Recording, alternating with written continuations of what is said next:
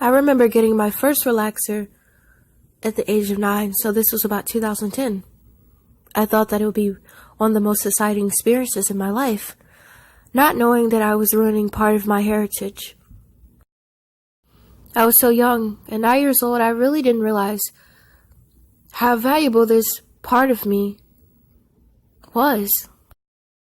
Almost every girl at my school had a relaxer, possibly by the age of 6, which is really young. And in my mind, I was like, hey, other girls are doing it. Why shouldn't I? What's the harm? But I really wasn't ready for the outcome of it. Sadly, this decision was forced on me by someone that I knew very closely, and the sad thing about it, this person was actually way older than me. They were adult, so they knew the consequences better than I did. As time moved on, my hair became very brittle. It started off becoming weaker, but I thought everything was okay as long as it had length to it. As time moved on, I kept denying the fact that my hair was severely weak and really damaged. By the time I reached middle school, my hair really couldn't even fit into a ponytail, and sadly me and other girls at my school used to constantly chop on our hair thinking that it would grow back faster and better, but I guess if you keep repeating the same mistakes, you're going to get the same results. 2011, age 10. I finally decided to go back to my natural roots, let my hair be free. That worked for a little while, but then, before I knew it, I ended up getting a texturizer. People told me it was harmless, and I seen other women, their hair looked sort of natural, and I did it.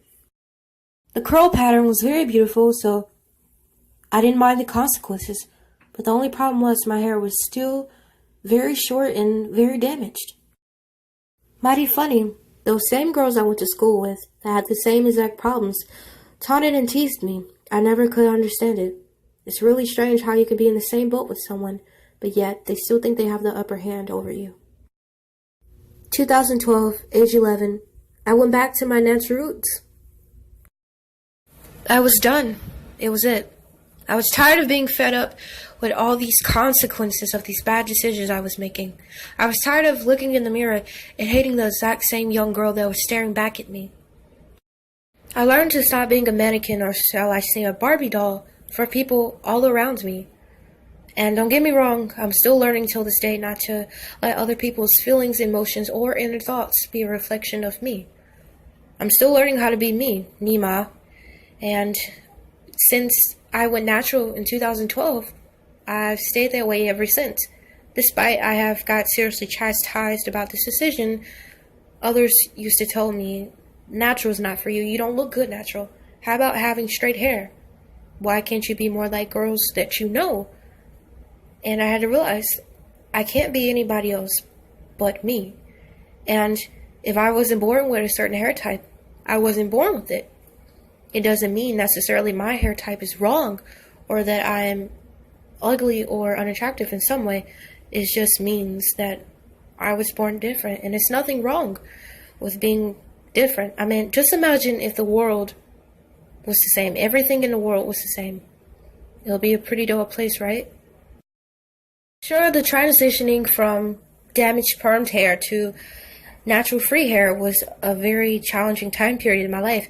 I had to learn how to properly take care of it, how to tie it up at night, how to moisturize it, how to trim my ends, and sometimes I got a little bit frustrated. Not because of all the work, because I still despise myself deep down inside. You see, whatever a person goes through, eternally in the inside of them, with their spirit, it's kind of hard to get over those challenging phases you went through in your life. And I'm not doing this for sympathy or anything. Trust me, I hate sympathy. That's the last thing that I want. I'm just doing this to share my experiences. I mean, just think of so many young girls and boys out there in the world that is ashamed of their hair and thinking about alternating themselves just for another person, another imperfect human being. And when you really think about it, that's sad. Things you experienced in this life can really stick with you and form the person that you become. I hope other people out there can learn to love themselves, and I really hope that my experience helped you. Just remember that you are a very beautiful person, and don't let another imperfect human being make you feel bad about yourself. I mean, changing yourself in the long run can be really damaging. Yes, you may say, I'm just trying a new style. Then it may go to a different look. Then it may go to a different mindset. The only person that you can be is you. And learn to look at that person in the mirror and love them. I actually love them and not just say it.